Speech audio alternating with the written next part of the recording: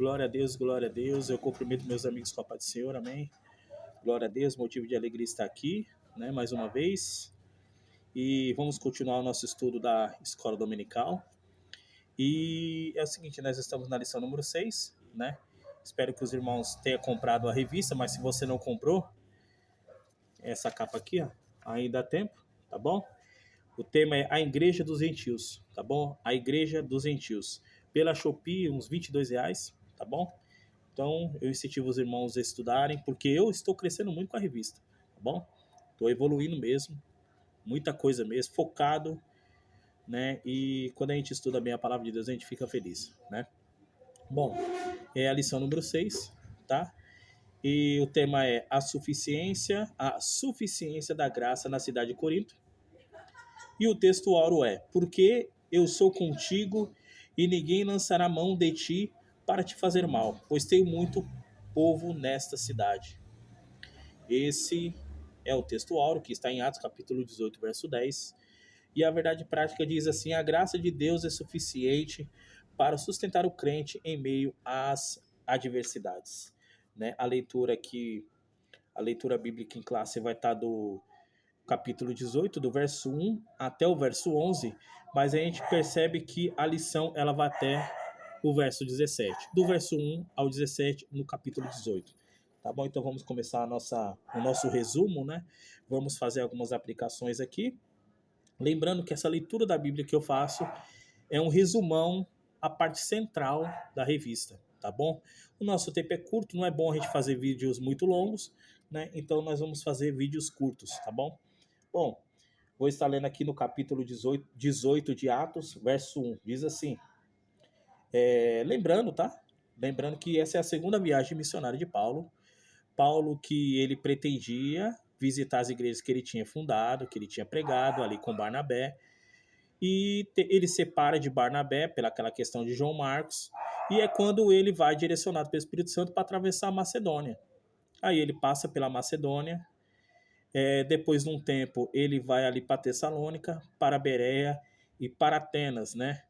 E a gente teve a conversão de muitas pessoas, como Lídia, né? Aquela mulher que trabalhava com tecido de púrpura, o carcereiro e a família dele. Nós temos ali em Atenas, né? Nós temos ali Dionísio e Damares, né? Então a gente teve um grupo muito grande de pessoas se convertendo, assim, segundo a palavra de Deus diz, né? E a nossa leitura essa semana é o capítulo 18. Bom, vamos lá. Depois disso, Paulo saiu de Atenas e foi para Corinto. Ali encontrou um judeu chamado Áquila, natural do Ponto, que havia chegado recentemente da Itália, com Priscila, sua mulher, pois Cláudio havia ordenado que todos os judeus saíssem de Roma. Cláudio é o imperador. O imperador deu a ordem para que os judeus saíssem de Roma, né? Paulo foi vê-los uma vez que tinha a mesma profissão, ficou morando e trabalhando com eles, pois eram fabricantes de tenda. Todos os sábados ele debatia na sinagoga e convencia os judeus e gregos. Paulo ele vai morar com Áquila e Priscila. Ele vai morar com eles porque eles tinham a mesma profissão e todo sábado ele estava ali debatendo. Mas esse debater aqui é você trabalhando a palavra de Deus. É você falando aquilo que você entende da palavra de Deus. E o que ele estava colocando nas escrituras ali? Principalmente o livro de Isaías, que era o mais escrito naquela época. Ele era o mais traduzido, né? E o tempo todo ele está falando que Jesus é o Cristo. Essa é o alvo da pregação de Paulo, né? Que Jesus é o Cristo, lembrando que em Isaías capítulo 53, é o verso 10, vai falar que Jesus iria sofrer e depois ele voltaria à luz, no sentido dele ressuscitar, que ele morreria pelo povo e depois ele iria ressuscitar. E essa é o centro, muito o centro do evangelho. No capítulo 3 inteiro de Isaías vai falar do evangelho. Então Paulo ele ficava ali na sinagoga, falando que Jesus verdadeiramente é o Cristo, o Filho de Deus que tira o pecado do mundo, né? E ele tá ali e de repente volta, né? Eles se encontram, aliás, né? Timóteo e Silas, né? Lembrando que Silas e Timóteo eles tinham ficado em Bereia, né? E Paulo, antes dele ir para Atenas, ele fala, ó, aliás, quando ele tá em Atenas, né, ele fala, manda que Silas e Tiago, talvez, provavelmente Lucas também, né? Lucas é o escritor do livro de Atos, e ele fala assim, que era para Silas e Timóteo encontrar ele em Atenas. Eles não se encontraram em Atenas, então eles estão se encontrando aqui em Corinto. Então diz assim, ó, depois que Silas e Timóteo chegaram da Macedônia, Paulo se dedicou exclusivamente à pregação, testemunhando aos judeus que Jesus era o Cristo, ou seja, esse era a fonte da mensagem de Paulo, que Jesus é o Cristo, o Filho ungido de Deus, né? E uma coisa que eu gostaria de falar é que quando Silas e Timóteo voltaram da Macedônia, Paulo passou a se dedicar exclusivamente ao ministério, né, da pregação. Deixa eu falar uma coisa para vocês aqui, eu gostaria de destacar algumas coisas. É que funciona assim: todo homem ele quer depender dele mesmo, do seu próprio suor. Seja um missionário, né? E aquele cara que trabalha, ele também não quer ficar mantendo ninguém, nenhum outro homem. E isso é a mais pura verdade. Mas quando a gente entra nas coisas de Deus, muitas coisas mudam e vai para um caminho que a gente não espera e a gente não deseja, né? Tanto o que dá, tanto o que recebe tem o seu orgulho, né? Eu ouvi muito falar assim ao decorrer da minha vida, nesses 20 anos de evangelho, né, de igreja protestante, né, sobre o pastor receber um salário, né? E o que eu tenho visto, né, a maioria dos lugares por aí, é que esses pastores, antes mesmo deles serem pagos pela igreja, eles ganhavam muito mais nas suas próprias empresas ou trabalhando até para uma outra empresa. Eles ganhavam mais. Eu conheço pastores que ganham 2 mil por mês para cuidar da sua família, da sua esposa, dos seus filhos e tal, né? E nunca vou olhar com maus olhos um pastor ele ganhar um salário da igreja. A Assembleia de Deus eu sei que tem alguma ajuda de custo, né? Mas não é um salário fixo, segundo os pastores que eu conheço, não é uma ajuda de custo. O pastor ainda continua fazendo o trabalho dele ali e tal. Sabe por que eu acho interessante o pastor tivesse o seu salário? Para que ele se dedicasse mais à leitura da palavra de Deus, para que ele fosse um melhor estudante. Porque muitas vezes o pastor ele não tem tempo, ele chega no púlpito, ele fica ali só em falácia, a gente chama de encheção de linguiça. Ele apenas está matando o tempo ali, 15 minutos, 20 minutos ali, porque ele não conseguiu fazer um bom estudo pela falta de tempo, né? Ele ainda tem que dar atenção para a esposa, para os filhos, e ele não consegue. Então eu vejo com bons olhos um pastor receber um salário do ministério. Eu olho com muito bons olhos mesmo, né? E quando eu olho assim para a Assembleia de Deus, a maioria dos pastores eles não recebem, né? Eles trabalham pela manhã, os cultos são à noite, né? E assim, irmão, na história da Assembleia de Deus, nós temos o Gunnar Wingre e o Daniel Berg, que são contados como os dois fundadores, né? O Daniel Berg ele era um jovem ainda, então ele trabalhava numa caldeira, né? Uma cadeira, um forno, onde se derrete o metal ali para fazer alguma peça, uma ferramenta. Você vai fazer uma torneira, você vai fazer uma peça de carro. É onde derrete o ligote, né? Para fazer alguma ferramenta, para fazer algum artefato de metal. Então ele trabalhava numa caldeira enquanto o Gunnefinger ele estudava o português e pregava o evangelho. E para ambos aceitarem isso é porque eles entenderam o propósito do evangelho, porque o evangelho é vida eterna, não é sobre essa vida, é sobre a próxima vida.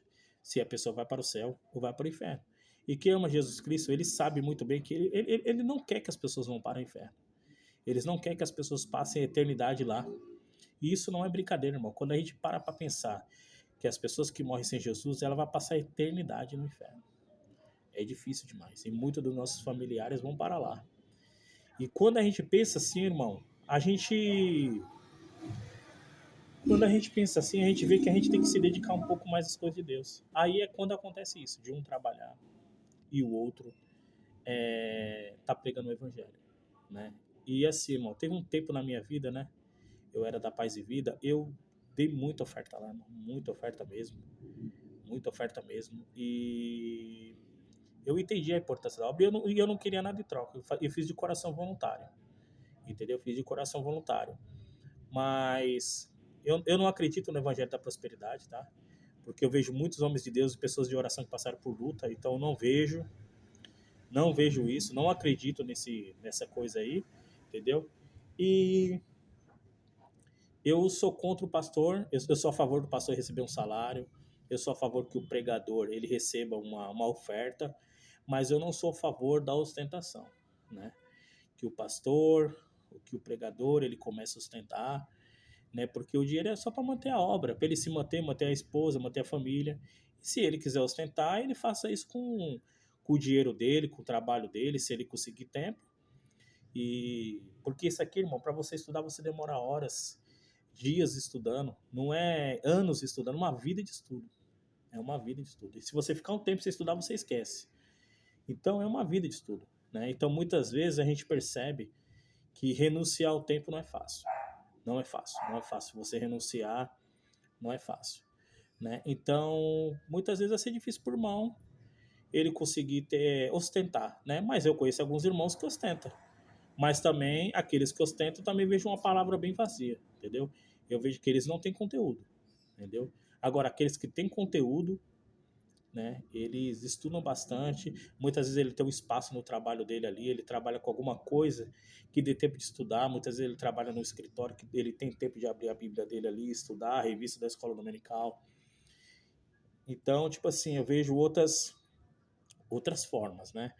Mas a Bíblia fala a relação à ostentação que eu falei. Em relação à ostentação, a Bíblia fala que quando Jesus separa aqueles discípulos para a obra missionária ali e tal, ele fala para não levar ouro, nem prata, nem duas túnicas, né? Nem, digamos assim, roupa extra, exageros, né? Então eu entendo que a própria palavra de Deus ela fala não ostentar, apenas se manter, né? Digno é o obreiro do seu salário, a Bíblia vai falar sobre isso. E é uma coisa, eu já entendi muito disso, assim, irmão, que é chato você depender da obra de Deus. Mas quando você aceita isso, é pela importância do evangelho. Porque você quer depender de você mesmo. Entendeu? Você não quer depender de ninguém. Entendeu? Mas muitas vezes Deus ele faz isso. Ele leva vários irmãos para o campo missionário. E muitas vezes o missionário ele sangra, ou até o pregador. Muitas vezes ele sangra, muitas vezes é uma igreja pequena e ele tira do próprio bolso para abençoar a igreja. Eu já conheci muita história, até cantores, né? Músicos, né?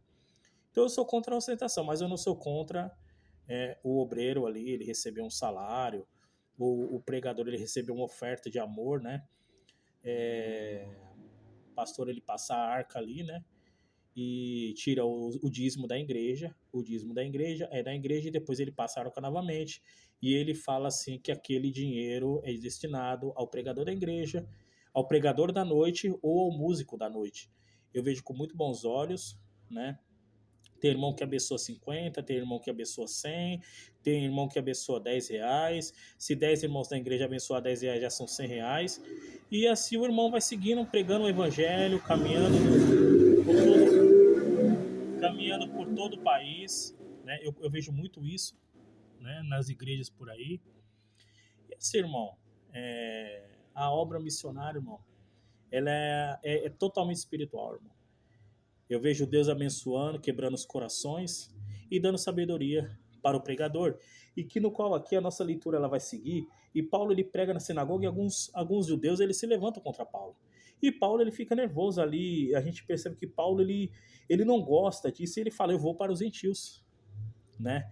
Mas Paulo ele morando ali, né? Ele foi morar com um homem chamado Tito Justo, que era temente a Deus. Ele morava do lado da sinagoga.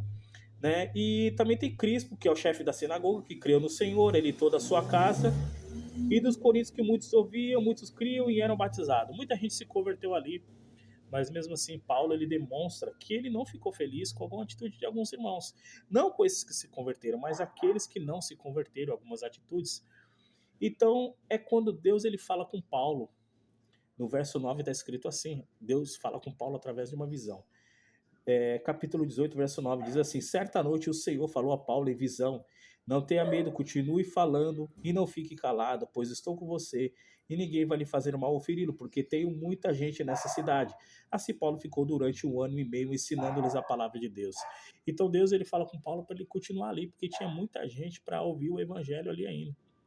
Muita gente queria ouvir a palavra de Deus, muitas pessoas ainda ali para ser ensinado, né?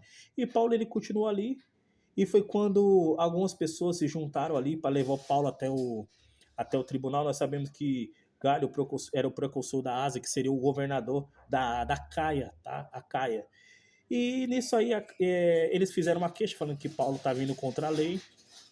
E foi quando a Caia, ele falou que não ia se meter naquilo porque era uma briga entre judeus. e acabou não fazendo nada contra